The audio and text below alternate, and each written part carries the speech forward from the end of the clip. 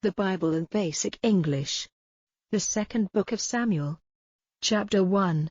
Now after the death of Saul, when David, having come back from the destruction of the Amalekites, had been in Ziklag for 2 days, on the 3rd day a man came from Saul's tents, with his clothing out of order and earth on his head. And when he came to David, he went down on the earth and gave him honor. And David said to him, Where have you come from? And he said, I have come in flight from the tents of Israel. And David said to him, How did things go? Give me the news. And in answer he said, The people have gone in flight from the fight, and a great number of them are dead, and Saul and his son Jonathan are dead. And David said to the young man who gave him the news, Why are you certain that Saul and his son Jonathan are dead? And the young man said, I came by chance to Mount Gilboa, and I saw Saul supporting himself on his spear, and the war carriages and horsemen overtook him. And looking back, he saw me and gave a cry to me. And answering him I said, Here am I. And he said to me, Who are you? And I said, I am an Amalekite. Then he said to me, Come here to my side, and put me to death, for the pain of death has me in its grip. But my life is still strong in me. So I put my foot on him and gave him his death blow, because I was certain that he would not go on living after his fall. And I took the crown from his head and the band from his arm, and I have them here for my lord. Then David gave way to bitter grief, and so did all the men who were with him, and till evening they gave themselves to sorrow and weeping, and took no food, weeping for Saul and for Jonathan, his son, and for the people of the Lord and for the men of Israel, because they had come to their end by the sword. And David said to the young man who had given him the news, Where do you come from? And he said, I am the son of a man from a strange land, I am an Amalekite. And David said to him, Had you no fear of stretching out your hand to put to death the one marked with the holy oil? And David sent for one of his young men and said, Go near and put an end to him. And he put him to death. And David said to him, May your blood be on your head, for your mouth has given witness against you, saying, I have put to death the man marked with the holy oil. Then David made this song of grief for Saul and Jonathan, his son. It is recorded in the book of Jasher for teaching to the sons of Judah. And he said, The glory, O Israel, is dead on your high places. How have the great ones been made low? Give no news of it in Gath. Let it not be said in the streets of Ashkelon, or the daughters of the Philistines will be glad, the daughters of men without circumcision will be uplifted in joy. O mountains of Gilboa, let there be no dew or rain on you, you fields of death, for there the arms of the strong have been shamed, the arms of Saul, as if he had not been marked with the holy oil. From the blood of the dead, from the fat of the strong, the bow of Jonathan was not turned back. The sword of Saul did not come back unused. Saul and Jonathan were loved and pleasing, in their lives and in their death they were not parted, they went more quickly than eagles, they were stronger than lions. O daughters of Israel, have sorrow for Saul, by whom you were delicately clothed in robes of red, with ornaments of gold on your dresses. How have the great ones been made low in the fight? Jonathan is dead on your high places. I am full of grief for you. My brother Jonathan, very dear have you been to me, your love for me was a wonder greater than the love of women. How have the great ones been made low, and the arms of war broken? Chapter 2. Now after this, David, questioning the Lord, said, Am I to go up into any of the towns of Judah? And the Lord said to him, Go up. And David said, Where am I to go? And he said, To Hebron. So David went there, taking with him his 2 wives, Ahinoam of Jezreel, and Abigail, the wife of Nabal of Carmel. And David took all his men with him, every man with his family, and they were living in the towns round Hebron. And the men of Judah came there, and with the holy oil made David king over the people of Judah. And word came to David that it was the men of Jabesh Gilead who put Saul's body in its last resting place. And David sent to the men of Jabesh Gilead and said to them, May the Lord give you his blessing, because you have done this kind act to Saul your lord, and have put his body to rest. May the Lord be good and true to you, and I myself will see that your kind act is rewarded, because you have done this thing. Then let your hands be strong, and have no fear, Though Saul your lord is dead, the people of Judah have made me their king." Now Abner, the son of Ner, captain of Saul's army, had taken Saul's son Ishbosheth over to Mahanaim, and made him king over Gilead and the Asherites and over Jezreel and Ephraim and Benjamin, that is, over all Israel. Saul's son Ishbosheth was 40 years old when he became king over Israel, and he was ruler for 2 years, but Judah was on the side of David. And the time when David was king in Hebron over the people of Judah was 7 years and 6 months. And Abner, the son of Ner, with the servants of Saul's son Ishbosheth, went out from Mahanaim to Gibeon. And Joab, the son of Zeruiah, and the servants of David, went out and came face to face with them by the pool of Gibeon, and they took up their position, facing one another on opposite sides of the pool. And Abner said to Joab, "Let the young men give a test of their strength before us." And Joab said, "Let them do so." So they got up and went over by number, 12 for Benjamin and Ishbosheth and 12 of the servants of David. And every one got the other by the head, driving his sword into the other's side, so they all went down together, and that place was named the Field of Sides, and it is in Gibeon. And there was hard fighting that day, and Abner and the men of Israel gave way before the servants of David. There were 3 sons of Zeruiah there, Joab and Abishai and Asahel. And Asahel was as quick-footed as a roe of the fields. Asahel went running after Abner, not turning to the right or to the left. Then Abner, looking back, said, "Is it you, Asahel?" And he said, "It is I." And Abner said, "Then go to the right or to the left and put your hands on one of the fighting men and take his arms." But Asahel would not be turned away from going after Abner.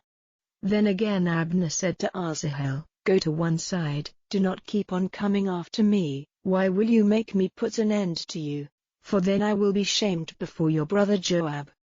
But still he did not go to one side, so Abner gave him a back blow in the stomach with his spear, so that the spear came out at his back, and he went down on the earth, wounded to death. And all those who came to the place where Asahel went down dead, came to a stop.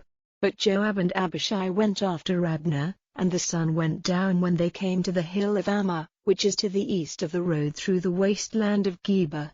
And the men of Benjamin came together after Abner in one band, and took their places on the top of a hill. Then crying out to Joab, Abner said, "Are fighting and destruction to go on forever? Do you not see that the end will only be bitter? How long will it be before you send the people back and make them give up attacking their countrymen?" And Joab said, "By the living God, if you had not given the word, the people would have gone on attacking their countrymen till the morning." So Joab had a horn sounded, and all the people came to a stop, and gave up going after Israel and fighting them. And all that night Abner and his men went through the Arabah. They went over Jordan and through all Bethron and came to Mahanaim. And Joab came back from fighting Abner, and when he had got all his men together, it was seen that 19 of David's men, in addition to Asahel, were not with them. But David's men had put to death 360 of the men of Benjamin and of Abner's men, and they took Asahel's body and put it in the last resting place of his father in Bethlehem. And Joab and his men, traveling all night, came to Hebron at dawn. Chapter 3. Now there was a long war between Saul's people and David's people, and David became stronger and stronger, but those on Saul's side became more and more feeble. While David was in Hebron he became the father of sons. The oldest was Amnon, son of Ahinoam of Jezreel, and the second, Chileab, whose mother was Abigail, the wife of Nabal the Carmelite, and the third, Absalom, son of Maacah, the daughter of Talmai, king of Geshur, and the fourth, Adonijah, the son of Haggith, and the fifth, Shephatiah, the son of Abital, and the sixth, Ithream, whose mother was David's wife Eglah. These were the sons of David, whose birth took place in Hebron. Now while there was war between Saul's people and David's people, Abner was making himself strong among the supporters of Saul. Now Saul had among his wives a woman named Rizpah, the daughter of Aiah, and Ishbosheth said to Abner, "Why have you taken my father's wife?" And Abner was very angry at the words of Ishbosheth, and he said, "Am I a dog's head of Judah?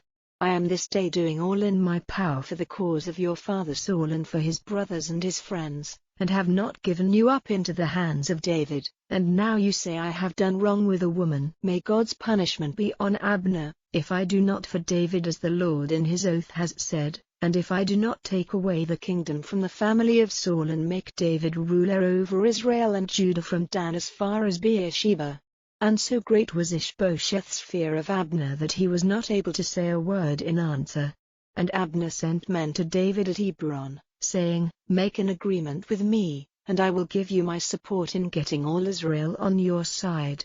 And he said, It is well, I will make an agreement with you, but on one condition, which is, that when you come before me, Saul's daughter Michal is to come with you. Till she comes you will not see my face. And David sent men to Saul's son Ishbosheth, saying, Give me back Michal, my wife, whom I made mine for the price of the private parts of 100 Philistines. So Ishbosheth sent and took her from her husband Paltiel, the son of Laish, and her husband went with her as far as Bahurim, weeping while he went. Then Abner said to him, Go back. And he went back. Then Abner had a talk with the chief men of Israel, saying, In the past it was your desire to make David your king, so now, do it, for the Lord has said of David, By the hand of my servant David the first will make my people Israel safe from the Philistines, and from all who are against them. And Abner said the same things to Benjamin, and he went to David in Hebron to make clear to him what seemed good to Israel and to all the people of Benjamin. So Abner, with 20 men, came to Hebron, to David. And David made a feast for Abner and the men who were with him. And Abner said to David, Now I will go, and make all Israel come to my lord the king, so that they may make an agreement with you, and your kingdom may be as wide as your heart's desire. Then David sent Abner away and he went in peace. Now the servants of David and Joab had been out attacking a band of armed men, and they came back with a great store of goods taken in the fight. But Abner was no longer in Hebron with David, for he had sent him away and he had gone in peace. When Joab and his men came, news was given them that Abner, the son of Ner, had come to the king, who had let him go away again in peace. Then Joab came to the king, and said, What have you done? When Abner came to you, why did you send him away and let him go? Is it not clear to you that Abner, the son of Ner, came with deceit to get knowledge of your going out and your coming in and of all you are doing? And when Joab had come out from David, he sent men after Abner, and they overtook him at the water spring of Sirah, and made him come back with them, but David had no knowledge of it. And when Abner was back in Hebron, Joab took him on one side by the doorway of the town to have a word with him quietly, and there he gave him a wound in the stomach, causing his death in payment for the death of his brother Asahel. And when David had word of it he said, May I and my kingdom be clear forever in the eyes of the Lord from the blood of Abner, the son of Ner. May it come on the head of Joab and all his father's family. Among the men of Joab's family may there ever be some who are diseased or lepers, or who do the work of women, or are put to the sword, or are wasted from need of food. So Joab and Abishai his brother put Abner to death, because he had put to death their brother Asahel in the fight at Gibeon. And David said to Joab and all the people who were with him, Go in grief and put haircloth about you, in sorrow for Abner. And King David went after the dead body. And they put Abner's body to rest in Hebron, and the king and all the people were weeping loudly by the resting place of Abner's body. And the king made a song of grief for Abner and said, Was the death of Abner to be like the death of a foolish man? Your hands were free, your feet were not chained. Like the downfall of a man before evil men, so was your fall. And the weeping of the people over him went on again. And the people came to make David take food, while it was still day, but David with an oath said, May God's punishment be on me if I take a taste of bread or any other thing till the sun has gone down. And all the people took note of it and were pleased, like everything the king did, it was pleasing to the people. So it was clear to Israel and to all the people on that day that the king was not responsible for the death of Abner, the son of Ner. And the king said to his servants, Do you not see that a chief and a great man has come to his end today in Israel?